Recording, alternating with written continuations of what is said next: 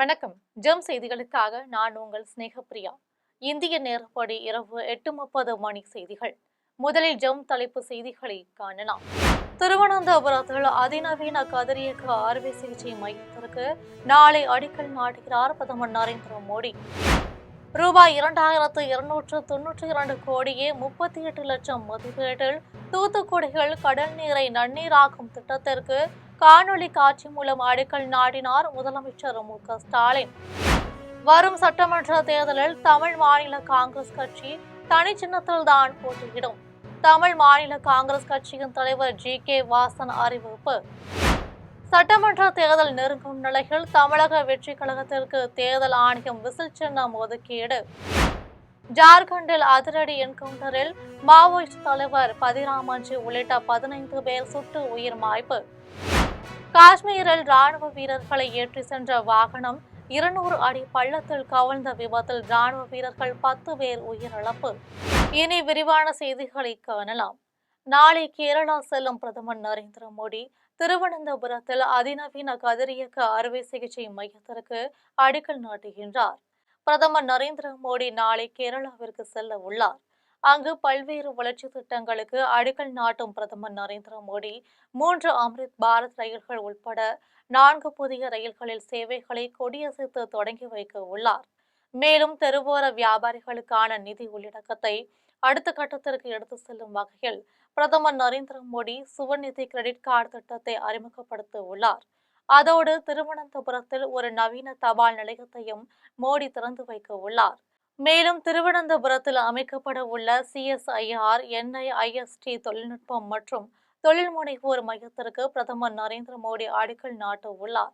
தொடர்ந்து திருவனந்தபுரத்தில் உள்ள மருத்துவ அறிவியல் மற்றும் தொழில்நுட்ப நிறுவனத்தில் அதிநவீன கதிரியக்க அறுவை சிகிச்சை மையத்திற்கும் பிரதமர் நரேந்திர மோடி அடிக்கல் நாட்ட உள்ளார்.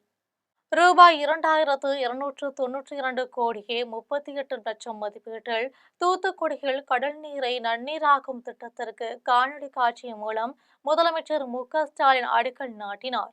தமிழ்நாடு முழுவதும் பரவலான தொழில் வளர்ச்சியை உருவாக்கி பொருளாதாரத்தை மேம்படுத்துவதற்காக தமிழ்நாடு அரசு பல்வேறு முற்போக்கான முன்னெடுப்புகளை மேற்கொண்டு வருகிறது. அதன்படி கடந்த 4 ஆண்டுகளில் தென் மாவட்டங்களில் வளர்ச்சியை மேம்படுத்தும் விதமாக தூத்துக்குடியில் புதிய சிப்காட் தொழில் பூங்காக்கள் உருவாக்கப்பட்டு மோட்டார் வாகன உற்பத்தி உள்ளிட்ட பல்வேறு நிறுவனங்கள் செயல்பட்டு வருகின்றன. மேலும் செயற்கை நூற்பு இழை நிறுவனம், மின்னணு உற்பத்தி நிறுவனங்கள், அறைகளின் தயாரிக்கும் நிறுவனங்கள் செயல்பட உள்ளன.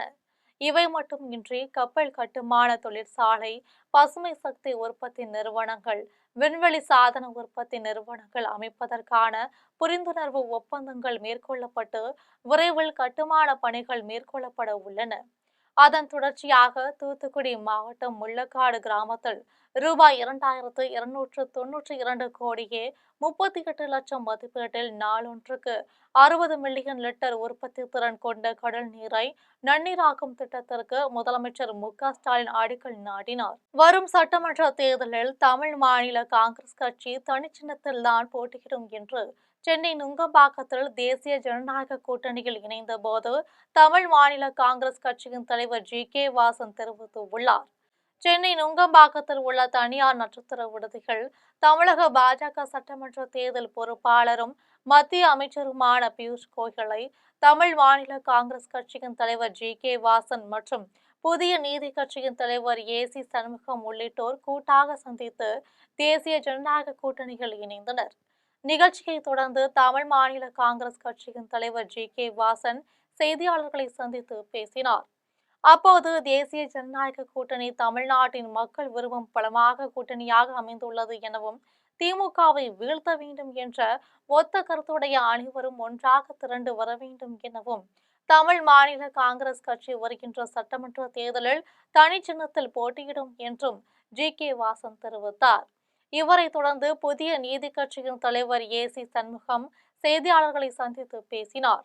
அப்போது மிகப்பெரிய சக்தியாக தேர்தலில் பணியாற்றும் மத்திய பாஜக அரசுடன் தமிழ்நாடு இணக்கமாக இருந்தால்தான் மேலும் வளர்ச்சி அடையும் எனவும் தேசிய ஜனநாயக கூட்டணி வெற்றி பெறுவதற்கு புதிய நீதி கட்சி பாடுபடும் எனவும் தமிழ்நாட்டில் எங்கு பார்த்தாலும் போதைப் பொருட்கள் அதிகரித்து வருவதுடன் கற்பழிப்பு, உயிர் மாய்த்தல், கொள்ளை சம்பவங்கள் நடைபெற்று வருவதை மாற்ற வேண்டும் எனவும், தேசிய ஜனநாயக கூட்டணி ஆட்சி எடப்பாடியார் தலைமையில் நரேந்திர மோடியும் இணைந்து தமிழ்நாட்டை முன்னேற்றுவார்கள் எனவும் ஏசி சண்முகம் தெரிவித்தார். அதனைத் தொடர்ந்து பாஜக தேர்தல் பொறுப்பாளர் பியூஷ் கோயல் செய்தியாளர்களை சந்தித்து பேசினார். அப்போது சகோதரர் ஜி.கே. வாசனை கடந்த 20 ஆண்டுகளாக தெரியும். ராஜ்யசபாவில் தமிழ்நாடு மக்களுக்காக அவர் செய்த பணிகள் அளப்பரியது எனவும், ஏசி சண்முகம் நம்பிக்கைக்குரியவர், கூட்டணி தலைவர், தமிழ்நாட்டில் தேசிய ஜனநாயக கூட்டணி வலிமையாகி வருகிறது எனவும், மத்தியில் நரேந்திர மோடி தலைமையிலும் தமிழ்நாட்டில் எடப்பாடி தலைமையிலும் தமிழ்நாட்டில் தேசிய ஜனநாயக கூட்டணி நல்லாட்சியை அமைக்கும் என்றும் பாஜக தேர்தல் பொறுப்பாளர் பியூஷ் கோயல் தெரிவித்தார். சட்டமன்ற தேர்தல் நெருங்கும் நிலையில் தமிழக வெற்றிக் கழகத்திற்கு விசில் சின்னம் ஒதுக்கி தேர்தல் ஆணையம் உத்தரவிட்டு உள்ளது. தமிழக சட்டப்பேரவை தேர்தலுக்கு இன்னும் சில மாதங்களே இருப்பதால் தமிழக வெற்றிக் கழக தலைவர் விஜய் பல்வேறு வியூகங்களை வகுத்து வருகிறார். சட்டப்பேரவை தேர்தலில் திமுக மற்றும் பாஜகவுடன் கூட்டணி இல்லை என விஜய் தொடர்ந்து தெரிவித்து வருகிறார். இதனால் இந்த முறை 4 முனை போட்டி ஏற்படுவது உறுதியாகியுள்ளது. ஜனநாயகன் பட பிரச்சினை, சிபிஐ விசாரணை உள்ளிட்ட பல்வேறு நெருக்கடிகளை விஜய் சந்தித்து வரும் நிலையில், அங்கீகரிக்கப்படாத கட்சியான தமிழக வெற்றிக் கழகத்திற்கு ஆணைய விதிப்படி கணக்குகளை தாக்கல் செய்யாததால் தமிழ்நாட்டில் உள்ள 234 தொகுதிகளிலும் விசில் சின்னம் ஒதுக்கி தேர்தல் ஆணையம் உத்தரவிட்டுள்ளது. தமிழ்நாடு சட்டமன்ற தேர்தலுக்கு பொது சின்னம் அளிக்க கோரி விஜய் தரப்பில் விண்ணப்பம் அளிக்கப்பட்டது. அதில் விசில், கால்பந்து, வெற்றி கோப்பை உள்ளிட்ட சின்னங்கள் அடங்கிய பட்டியலை தமிழக வெற்றிக் கழகத்தின் சார்பில் வழங்கப்பட்டதை அடுத்து கோரிக்கை ஏற்கப்பட்டு விசில் சின்னம் ஒதுக்கப்பட்டது. ஜார்க்கண்டில் அதிரடி என்கவுண்டரில் தலைக்கு ரூபாய் 1 கோடி பரிசு அறிவிக்கப்பட்ட மாவோயிஸ்ட் தலைவர் அனல்தா என்கின்ற பதிராமன்ஜி உள்ளிட்ட 15 பேர் சுட்டு உயிர் மாய்க்கப்பட்டனர். ஜார்க்கண்ட் மாநிலம் சாரண்டா வனப்பகுதியில் உள்ள கும்படி கிராமத்தின் அருகே மாவோயிஸ்டுகள் பதுங்கியிருப்பதாக கிடைத்த ரகசிய தகவலின் அடிப்படையில் இன்று அதிகாலையில் சிஆர்பிஎஃப் கோப்ரா பிரிவு மற்றும் ஜார்க்கண்ட் காவல்துறையினர் 1500 பேர் இணைந்து தேடுதல் வேட்டையை தொடங்கினர். பாதுகாப்பு படையினர் நெருங்குவதை அறிந்த மாவோயிஸ்டுகள் மறைந்திருந்து திடீர் தாக்குதலை நடத்தினர். இதற்கு பதிலடியாக பாதுகாப்பு படையினர் நடத்திய அதிரடி தாக்குதலில் மாவோயிஸ்டுகள் நிலை குலைந்தனர். இந்த தாக்குதலில் மாவோயிஸ்ட் அமைப்பின் முக்கிய தலைவர் அனல்தா என்கிற பதிராமன்ஜி உள்ளிட்ட 15 பேர் சுட்டு உயிர் மாய்க்கப்பட்டனர். காஷ்மீரில் ராணுவ வீரர்களை ஏற்றி சென்ற வாகனம் 200 அடி பள்ளத்தில் கவிழ்ந்த விபத்தில் ராணுவ வீரர்கள் 10 பேர் உயிரிழந்தனர். நாட்டின் குடியரசு தினம் வரும் 26ஆம் தேதி கொண்டாடப்பட உள்ள நிலையில் எல்லை பகுதியில் ரோந்து பணிகள் அதிகரிக்கப்பட்டுள்ளது. குறிப்பாக ஜம்மு காஷ்மீர் எல்லையில் ராணுவ வீரர்கள் இரவு பகலாக கண்காணித்து வருகின்றனர். இந்த நிலையில் டோடா பகுதியில் 17 ராணுவ வீரர்களை ஏற்றி சென்ற வாகனம் ஓட்டுநரின் கட்டுப்பாட்டை இழந்து திடீரென 200 அடி பள்ளத்தில் கவிழ்ந்து விபத்திற்குள்ளானது. இதில் ராணுவ வீரர்கள் அனைவரும் தூக்கி வீசப்பட்டனர். 10 பேர் சம்பவ இடத்திலேயே உயிரிழந்தனர். 7 பேர் படுகாயமடைந்தனர். விபத்து சம்பவத்தை கேள்விப்பட்டு விரைந்து சென்ற ராணுவ வீரர்கள் மீட்பு பணியில் ஈடுபட்டனர். சுமார் 200 அடி பள்ளம் என்பதால் மீட்பு பணி சவாலாக இருந்த போதிலும் துரிதமாக செயல்பட்டு காயமடைந்த 7 ராணுவ வீரர்களும் மீட்கப்பட்டு மேல் சிகிச்சைக்காக ராணுவ மருத்துவமனைக்கு அனுப்பி வைக்கப்பட்டனர். உயிரிழந்த 10 ராணுவ வீரர்களின் உடல்களும் மீட்கப்பட்டு பிரேத பரிசோதனைக்காக அனுப்பி வைக்கப்பட்டது. பாஜக ஆட்சி செய்யாத மாநிலங்களில் மக்களால் தேர்ந்தெடுக்கப்பட்ட ஆட்சியை கவிழ்ப்பதற்கு விஷமத்தனத்தையும் சண்டித்தனத்தையும் செய்யுங்கள் என அறிவுறுத்தி ஆளுநர்களுக்கு சாவி கொடுக்கப்பட்டுள்ளது என்று நாகர்கோவிலில் நடைபெற்ற பொதுக்கூட்டத்தில் திராவிடர் கழகத்தின் தலைவர் கி. வீரமணி தெரிவித்துள்ளார். நாகர்கோவிலில் தனியார் மண்டபம் ஒன்றில் சுயமரியாதை இயக்கத்தின் சார்பில் 100ஆண்டு விழா மற்றும் மாநாட்டு வெற்றி விழா பரப்புரை பொதுக்கூட்டம் நடைபெற்றது. கூட்டத்தில் பங்கேற்ற பின்னர் திராவிடர் கழகத்தின் தலைவர் கி. வீரமணி செய்தியாளர்களை சந்தித்து பேசினார். அப்போது பாரதிய ஜனதா கட்சி ஆட்சி செய்யாத மாநிலங்களில் மக்களால் தேர்ந்தெடுக்கப்பட்ட ஆட்சியை கவிழ்ப்பதற்கும் மாற்றுவதற்கும் சில்லறை விஷமத்தனத்தையும் சண்டித்தனத்தையும் செய்யுங்கள் என அறிவுறுத்தி ஆளுநர்களுக்கு சாவி கொடுக்கப்பட்டுள்ளது என்றும், இது அரசியல் சாசனத்திற்கு எதிரானது என்றும், மாநில அரசின் சம்பளத்தை வாங்கும் நபர்கள்தான் ஆளுநர்கள் என்றும், அவர்களுக்கென்று தனி உரிமை கிடையாது எனவும், ஆளுநர் பதவியே இனி வேண்டாம் என தமிழகம் வழிகாட்ட வேண்டும் என்றும் ஆளுநர் பதவி என்பது மத்திய அரசின் கொடுங்கரமாக உள்ளதால் ஆளுநர் பதவியை ரத்து செய்ய வேண்டும் என்றும் திராவிட கழகத்தின் தலைவர் கி வீரமணி வலியுறுத்தியுள்ளார். ஆம்பூர் அடுத்த மின்னூர் மற்றும் சின்ன பள்ளிக்குப்பம் பகுதியில் இலங்கை தமிழர்களுக்காக கட்டி முடிக்கப்பட்டு திறக்கப்படாமல் உள்ள 50க்கும் மேற்பட்ட வீடுகளை உடனடியாக திறக்க வேண்டும் என்று மாவட்ட செயலாளர் மற்றும் மாவட்ட இணை செயலாளர் சரவணன் ஆகியோர் தமிழக அரசிற்கு கோரிக்கை விடுத்துள்ளனர். திருப்பத்தூர் மாவட்டம் ஆம்பூர் அடுத்த மின்னூர் மற்றும் சின்னப்பள்ளிக்குப்பம் பகுதியில் வசிக்கும் இலங்கை தமிழர்களுக்காக மின்னூர் பகுதியில் ஒரே இடத்தில் இலங்கை தமிழர் மறுவாழ்வு மைய குடியிருப்புகளை தமிழக அரசு சார்பில் கட்டப்பட்டு வருகிறது. ஏற்கனவே 150க்கும் மேற்பட்ட வீடுகள் கட்டப்பட்ட நிலையில் தற்போது மேலும் 50க்கும் மேற்பட்ட வீடுகள் கட்டப்பட்டு 4 மாதங்களாகியும் திறக்கப்படாமல் உள்ளது. இதனிடையே மாவட்ட செயலாளர் மற்றும் மாவட்ட இணை செயலாளர் சரவணன் ஆகியோர் ஆய்வு செய்தபோது புதியதாக கட்டப்பட்டுள்ள வீடுகளில் கதவுகள் மற்றும் மின் சாதனங்களை மர்ம நபர்கள் சேதப்படுத்தியுள்ளதும், போதை பிரியர்கள் மது பாட்டில்களை கட்டிடங்களில் போட்டு மது கூடாரமாக பயன்படுத்தி வருவதும் தெரிய வந்தது. இந்நிலையில் சம்பந்தப்பட்ட துறை சார்ந்த அதிகாரிகள் கண்டுகொள்ளாமல் இருப்பதால் அரசின் பணம் வீணாக்கப்படுவதாகவும் இணை செயலாளர் சரவணன் குற்றம் சாட்டினார்.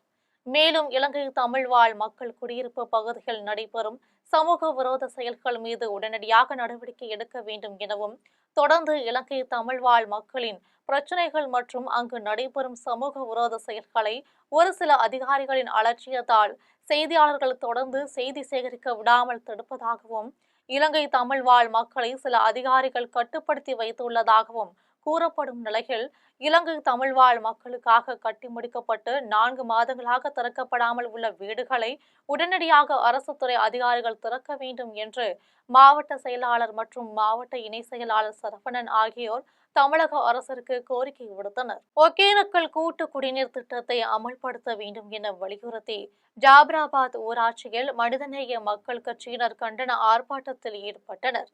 திருப்பத்தூர் மாவட்டம் வாணியம்பாடி அடுத்த ஜாபராபாத் ஊராட்சியில் ஆட்டோ ஸ்டாண்ட் பகுதியில் ஒகேனக்கல் கூட்டு குடிநீர் திட்டத்தை அமல்படுத்த வேண்டும் என வலியுறுத்தி மனிதநேய மக்கள் கட்சி சார்பில் கட்சியின் மாவட்ட செயலாளர் டி இக்பால் தலைமையிலும் செயலாளர் ஏ கலிம்பாஷா முன்னிலையிலும் மனிதநேய மக்கள் கட்சியினர் கண்டன ஆர்ப்பாட்டத்தில் ஈடுபட்டனர். ஆர்ப்பாட்டத்தில் பங்கேற்றவர்களை கட்சியின் ஜாபராபாத் துணைத் தலைவர் இர்பாஸ் வரவேற்றார். ஆர்ப்பாட்டத்தில் சிறப்பு அழைப்பாளர்களாக மாவட்ட தலைவர் வி.ஆர். நஜீர் அகமது, தலைமை கழக பேச்சாளர் சனாவுல்லா, தமுமுக மாவட்ட செயலாளர் வர்தா அப்துல்கூர் ஆகியோர் கலந்து கொண்டு ஆர்ப்பாட்டத்தை தொடங்கி வைத்து கண்டன உரையாற்றினர். அப்போது ஒகேனக்கல் கூட்டு குடிநீர் திட்டத்தை அமல்படுத்த வேண்டும் என வலியுறுத்தினர். இதில் தமுமுக மனிதநேய மக்கள் கட்சி நிர்வாகிகள், கிளை நிர்வாகிகள், தொண்டர்கள் பலர் கலந்து கொண்டு கண்டன கோஷங்களை எழுப்பினர். ஆர்ப்பாட்டத்தின் இறுதியில் ஆலங்காயம் ஒன்றிய தமுமுக துணை செயலாளர் எம். நாசிர் அகமது நன்றி தெரிவித்தார். தூத்துக்குடி மாநகராட்சியின் கிழக்கு மண்டல வளாகத்தில் நடைபெற்ற இலவச மருத்துவ முகாமை மாநகராட்சி மேயர் ஜெகன் பெரியசாமி மற்றும் ஆணையர் பிரியங்கா ஆகியோர் தொடங்கி வைத்தனர். தூத்துக்குடி மாநகராட்சியின் கிழக்கு மண்டல வளாகத்தில் தூத்துக்குடி ரோட்டரி கிளப் மற்றும் தூத்துக்குடி மாநகராட்சியும் இணைந்து இலவச மருத்துவ முகாமை நடத்தியது. முகாமிற்கு தூத்துக்குடி ரோட்டரி கிளப் தலைவர் பின்டோ வில்வர் ராயர், செயலாளர் மகாலிங்கம், துணை செயலாளர் ஜோசப் பிராங்க்லின் ஆகியோர் முன்னிலை வகித்தனர். முகாமை மாநகராட்சி மேயர் ஜெகன் பெரியசாமி மற்றும் ஆணையர் பிரியங்கா ஆகியோர் தொடங்கி வைத்தனர். முகாமில் திருநெல்வேலி காவேரி மருத்துவமனையில் இருந்து இதய பாதுகாப்பு ஊர்தி வரவழைக்கப்பட்டு மருத்துவ குழுவினர் பங்கேற்று பொதுமக்களுக்கு இதய பரிசோதனையுடன் சிறப்பு மருத்துவ சேவைகள் மற்றும் ஆலோசனைகள் வழங்கினர்.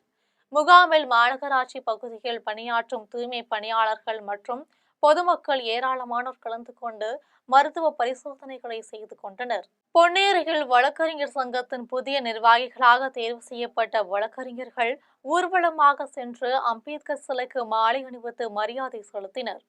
திருவள்ளூர் மாவட்டம் பொன்னேரியில் 6 நீதிமன்றங்கள் செயல்பட்டு வரும் நிலையில் 500க்கும் மேற்பட்ட வழக்கறிஞர்கள் பணியாற்றி வருகின்றனர். இந்நிலையில் பொன்னேரி வழக்கறிஞர்கள் சங்கத்தின் புதிய நிர்வாகிகள் தேர்வு மற்றும் பதவியேற்பு நிகழ்ச்சி பொன்னேரி வழக்கறிஞர்கள் சங்க அலுவலகத்தில் மூத்த வழக்கறிஞர் ஐசக் சாமுவேல் தலைமையில் நடைபெற்றது. நிகழ்ச்சியில் சங்கத்தின் தலைவராக அமரகவி, பொதுச் செயலாளராக விஜயகுமார், பொருளாளராக தேவராஜ் ஆகியோர் தேர்ந்தெடுக்கப்பட்டனர். மற்றும் துணைத் தலைவர்களாக மதிவாணன், தங்கதேவன், கணபதி, இணை செயலாளர்களாக கதிர்வேல், தங்கராஜ், நரேஷ், துணை செயலாளர்கள் இயேசு, அருண்ஜோதி, ராஜேஷ், விளையாட்டுத்துறை செயலாளர்களாக உமாநாத், சுரேஷ், நூலகராக மதன்குமார் ஆகியோர் புதிய நிர்வாகிகளாக தேர்ந்தெடுக்கப்பட்டனர். புதிதாக தேர்வு செய்யப்பட்ட நிர்வாகிகளுக்கு மூத்த வழக்கறிஞர்கள் சால்வை அணிவித்து பாராட்டு தெரிவித்தனர். அதன் பின்னர் தேர்வு செய்யப்பட்ட நிர்வாகிகள் அனைவரும் பட்டாசுகள் வெடித்தபடி மேளதாள வாத்தியங்களுடன் ஊர்வலமாக சென்று அம்பேத்கர் சிலைக்கு மாலை அணிவித்து மரியாதை செலுத்தினர். நிகழ்ச்சியில் பொறுப்பேற்ற வழக்கறிஞர்களின் உறவினர்கள், நண்பர்கள், சக வழக்கறிஞர்கள் என ஏராளமானோர் கலந்து கொண்டனர். பேரணாம்பட்டு அடுத்த ஏரிக்குத்தி கிராமத்தை சேர்ந்த அருண்குமாருக்கு 3 பிள்ளைகள் உள்ள நிலையில் மாடு விடும் விழாவில் வேடிக்கை பார்த்த அவரை காளை மாடு குத்தியதில் அருண்குமார் குடல் சரிந்து பரிதாபமாக உயிரிழந்தார்.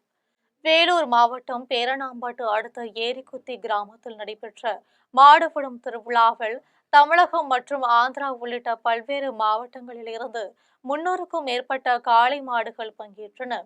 மாடுபிடி விழாவை 2000த்திற்கும் மேற்பட்ட பொதுமக்கள் கண்டு களித்தனர். இந்நிலையில் கள்ளிச்சேரி கிராமத்தை சேர்ந்த அருண்குமார் என்பவர் கட்டுக்கடங்காமல் கயிற்றினை அவிழ்த்து கொண்டு விழாவில் பங்கேற்றவர்களை காளை மாடு தாக்கியது. அப்போது அருகில் நின்று கொண்டிருந்த அருண்குமார் என்பவரின் வயிற்றில் காளை மாடு குத்தியதில் அவர் குடல் சரிந்து கீழே விழுந்து உள்ளார். உடனேயே அருகில் இருந்த உறவினர்கள் மற்றும் பொதுமக்கள் அருண்குமாரை மீட்டு 108 ஆம்புலன்ஸ் மூலமாக பேரணாம்பட்டு அரசு மருத்துவமனைக்கு சிகிச்சைக்காக அனுப்பி வைத்தனர். அங்கு மருத்துவர்களால் சிகிச்சை அளிக்கப்பட்டு மேல் சிகிச்சைக்காக வேலூரில் உள்ள தனியார் மருத்துவமனைக்கு கொண்டு சென்றனர். அங்கு மருத்துவர்களால் பரிசோதனை செய்து சிகிச்சை அளிக்கும் முன்னரே அருண்குமார் பரிதாபமாக உயிரிழந்தார். இதுகுறித்து தகவல் அறிந்து வந்த பேரணாம்பட்டு காவல் நிலைய ஆய்வாளர் பிரபு வழக்கு பதிந்து விசாரணை மேற்கொண்டனர். செய்யாறில் நிறுவப்பட்டு உள்ள கலைஞர் சிலை முன்பு 500க்கும் மேற்பட்ட பொதுமக்களுக்கு முன்னாள் சட்டமன்ற உறுப்பினர் அன்பழகன் இனிப்புகளுடன் அன்னதானம் வழங்கினார். திருவண்ணாமலை மாவட்டம் செய்யாறில் செயல்படும் அரசு கல்லூரி பைபாஸ் சாலையில் நிறுவப்பட்டு உள்ள முத்தமிழ் அறிஞர் கலைஞரின் முழு உருவ சிலையை கடந்த மாதம் 27ஆம் தேதி தமிழக முதலமைச்சர் மு.க.ஸ்டாலின் திறந்து வைத்தார். அதனைத் தொடர்ந்து திமுக நிர்வாகிகள் தொடர்ந்து அன்னதானம் வழங்கி வருகின்றனர். அதன் தொடர்ச்சியாக மாவட்ட மருத்துவரணி அமைப்பாளர் மருத்துவர் மகேந்திரம் ஏற்பாட்டில் முன்னாள் சட்டமன்ற உறுப்பினர் அன்பழகன் 500க்கும் மேற்பட்ட பொதுமக்களுக்கு இனிப்புகளுடன் அன்னதானம் வழங்கினார். நிகழ்ச்சியில் மாவட்ட துணை செயலாளர் லோகநாதன், நகரமன்ற தலைவர் மோகனவேல், ஒன்றிய செயலாளர்கள் சீனிவாசன், சங்கர், ரவிக்குமார், நகர செயலாளர் விஸ்வநாதன், திமுக நிர்வாகிகள் சேகர், கார்த்திகேயன், வழக்கறிஞர் அசோக், ரமேஷ், ரவி, கோவிந்தன், ராஜலட்சுமி, அண்ணாதுரை, துரைசாமி, ஜெயராமன் உள்ளிட்ட திமுக நிர்வாகிகள் பலர் கலந்து கொண்டனர். மதுரையில் விபத்தில் மூளைச்சாவு அடைந்த 22 வயது இளைஞரின் இதயம் தானமாக பெறப்பட்டதை அடுத்து காவல்துறை பாதுகாப்புடன் தஞ்சை அபெக்ஸ் இதய மருத்துவமனைக்கு 2 மணி நேரத்தில் கொண்டு வரப்பட்டு பால்ராஜ் என்ற நோயாளிக்கு இதய மருத்துவர்கள் இதயத்தை பொருத்தினர். மதுரை ராஜாஜி அரசு மருத்துவமனையில் விபத்தால் மூளைச்சாவு அடைந்த 22 வயது இளைஞரின் இதயத்தை அவரது குடும்பத்தார் தானமாக கொடுக்க முன்வந்தனர். இதனை அடுத்து மதுரை அரசு ராஜாஜி மருத்துவமனையில் இருந்து காவல்துறையினரின் பாதுகாப்புடன் சாலை மார்க்கமாக ஆம்புலன்ஸ் வாகனத்தில் இளைஞரின் இதயம் திருச்சி வழியாக தஞ்சைக்கு வந்தடைந்தது. அதன் பின்னர் புதுக்குடியில் இருந்து தஞ்சை போக்குவரத்து ஆய்வாளர் தனது ஜீப்பில் சைரன் ஒளியுடன் பைலட்டாக செயல்பட்டு தஞ்சை கணபதி நகரில் இயங்கி வரும் அபெக்ஸ் இதய மருத்துவமனைக்கு தானமாக பெறப்பட்ட இதயத்தை பாதுகாப்பாக கொண்டு வந்தனர். அதனைத் தொடர்ந்து தஞ்சை அபெக்ஸ் இதய மருத்துவமனை மருத்துவர்கள் இதயம் பாதிக்கப்பட்ட 52 வயது பால்ராஜ் என்ற நோயாளிக்கு இதய மாற்று அறுவை சிகிச்சை செய்து இதயத்தை பொருத்தினர். அருப்புக்கோட்டை மதுரை சாலையில் செயல்படும் தனியார் சாய ஆலையின் கழிவுகளை சுத்திகரிப்பு செய்யாமல் அப்படியே கழிவுநீர் கால்வாயில் திறந்து விடுவதாக பொதுமக்கள் புகார் தெரிவித்ததை அடுத்து மாசு கட்டுப்பாடு வாரிய அதிகாரிகள் ஆய்வு செய்தனர். விருதுநகர் மாவட்டம் அருப்புக்கோட்டையில் அனுமதி இல்லாமல் ஏராளமான சாய ஆலைகள் செயல்பட்டு வரும் நிலையில் ஒரு சில சாய ஆலைகள் சுத்திகரிப்பு இயந்திரம் இருந்தாலும் அதனை பயன்படுத்தாமல் சாய கழிவுகளை அப்படியே கழிவுநீர் கால்வாயில் நிறுவனத்தினர் திறந்து விடுகின்றனர். இந்நிலையில் மதுரை சாலையில் செயல்பட்டு வரும் தனியார் சாய ஆலையின் கழிவுகளை சுத்திகரிப்பு செய்யாமல் அப்படியே கழிவுநீர் கால்வாயில் திறந்து விடுவதாக அப்பகுதி மக்கள் புகார் தெரிவித்தனர். புகாரின் பெயரில் விருதுநகர் மாசு கட்டுப்பாடு வாரிய உதவி பொறியாளர் சித்ரா தேவி சாய ஆலைகளை ஆய்வு செய்து சாய ஆலையில் மாதிரிகளை சேகரித்தார். இதனை அடுத்து பொறியாளர் சித்ரா தேவி செய்தியாளர்களை சந்தித்து பேசினார். அப்போது கழிவு மாதிரிகளை பரிசோதனைக்கு அனுப்பி வைத்த பின்னர் அறிக்கையின் அடிப்படையில் உரிய நடவடிக்கை எடுக்கப்படும் என்றும் மாசு கட்டுப்பாட்டு வாரிய உதவி பொறியாளர் சித்ரா தேவி தெரிவித்துள்ளார். வரும் 27ஆம் தேதி காட்டுமன்னார் கோயில் பகுதிக்கு வருகை தரும் சிதம்பரம் நாடாளுமன்ற உறுப்பினர் தொல் திருமாவளவனை வரவேற்பது என காட்டுமன்னார் கோவிலில் நடைபெற்ற செயற்குழு கூட்டத்தில் தீர்மானம் நிறைவேற்றப்பட்டது. கடலூர் மாவட்டம் காட்டுமன்னார் கோவில் சட்டமன்ற தொகுதியின் விடுதலை சிறுத்தைகள் கட்சியின் சார்பில் மாவட்ட செயற்குழு கூட்டம் நடைபெற்றது.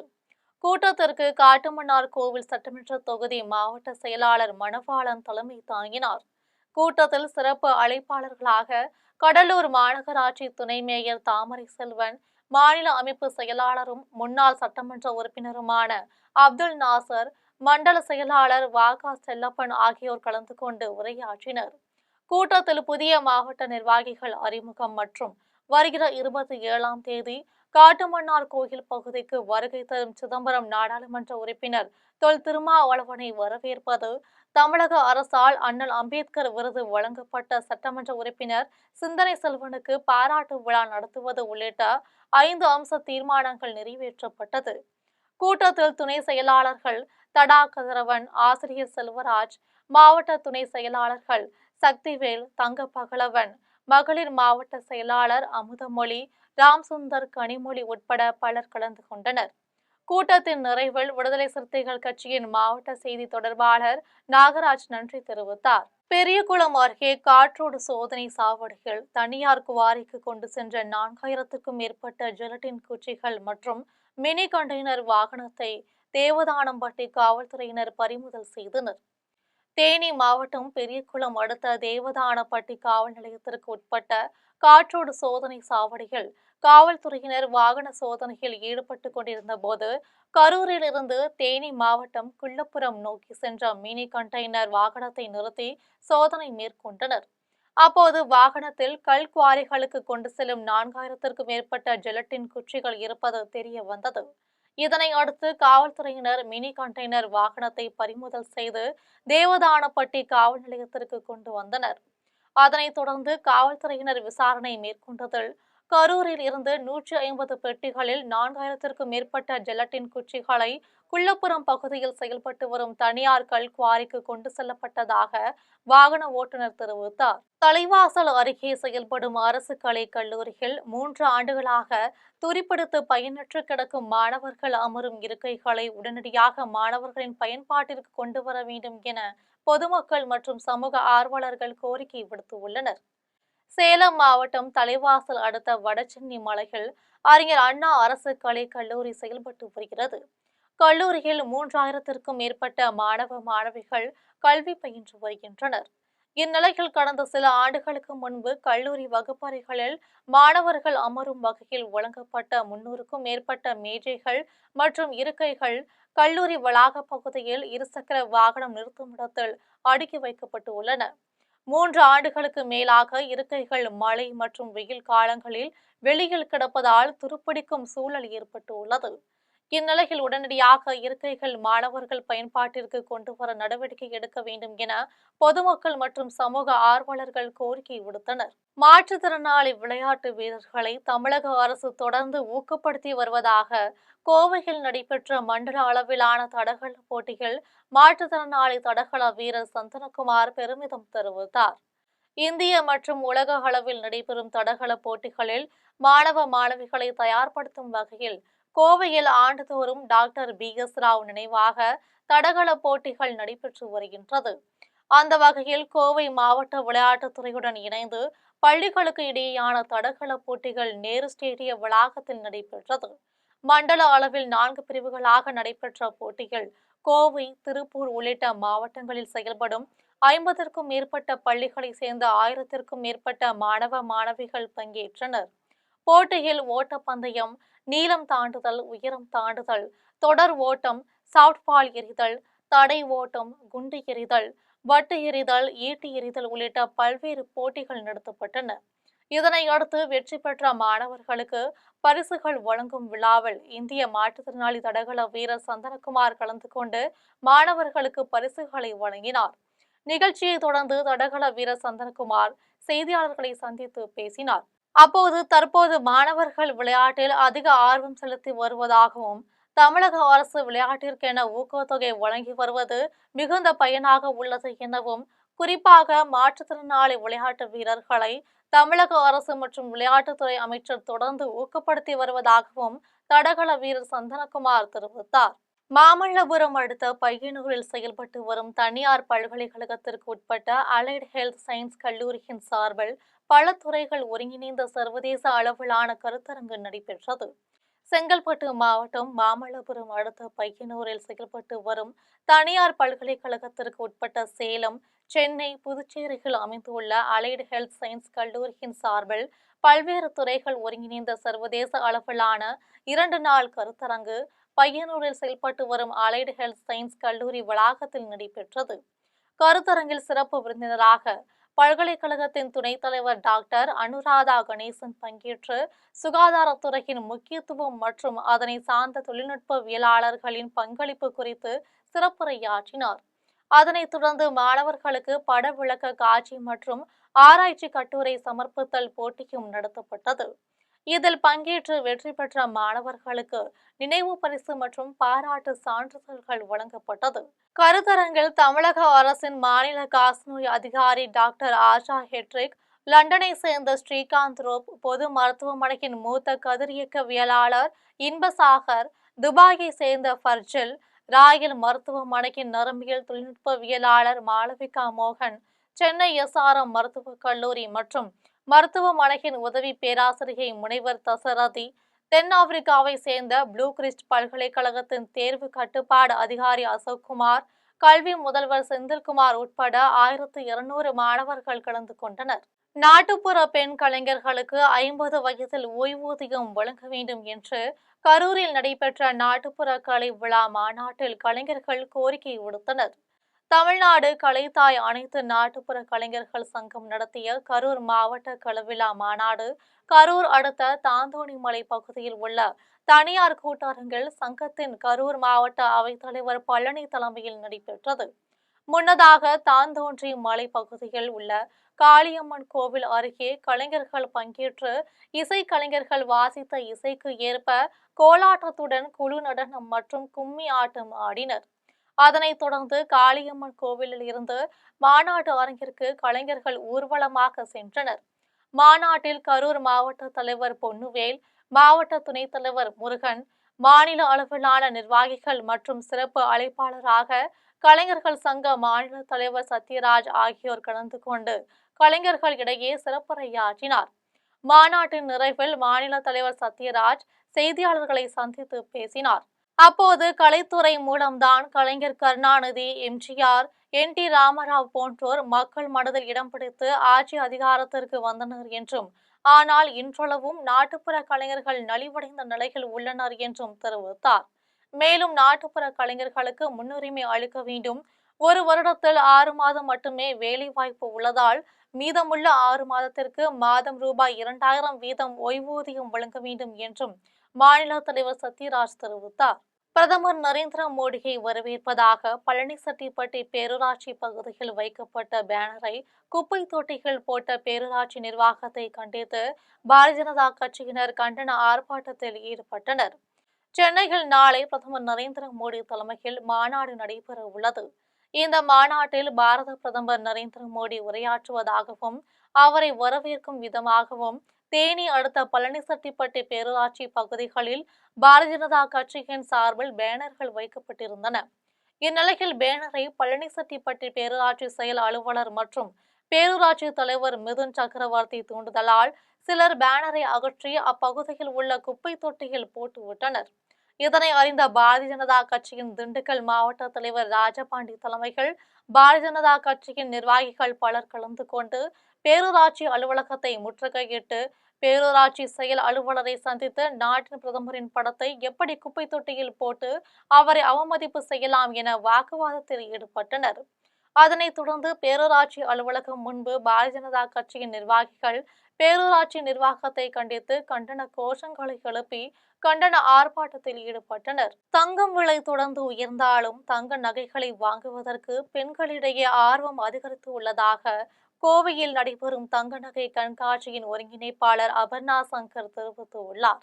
தென்னிந்தியாவின் முன்னணி தங்க நகை விற்பனை நிறுவனமான கலாஷா ஃபைன் ஜுவல்ஸ் நிறுவனம் கோவை அவினாசி சாலையில் தனியார் ஓட்டல் அரங்கில் கைவினை நகை கண்காட்சியை தொடங்கியது. ஜனவரி 22ஆம் தேதி துவங்கி 3 நாட்கள் நடைபெறும் கண்காட்சியில் அழகிய கைவினை திருவிழா மற்றும் மணமகள் விழா என்ற கருப்பொருளில் மிக நுணுக்கமாக செய்யப்பட்ட தங்கம், வைரம், ஜடாகு மற்றும் போல்கி நகைகளின் நேர்த்தியான தொகுப்புகள் காட்சிப்படுத்தப்பட்டுள்ளன.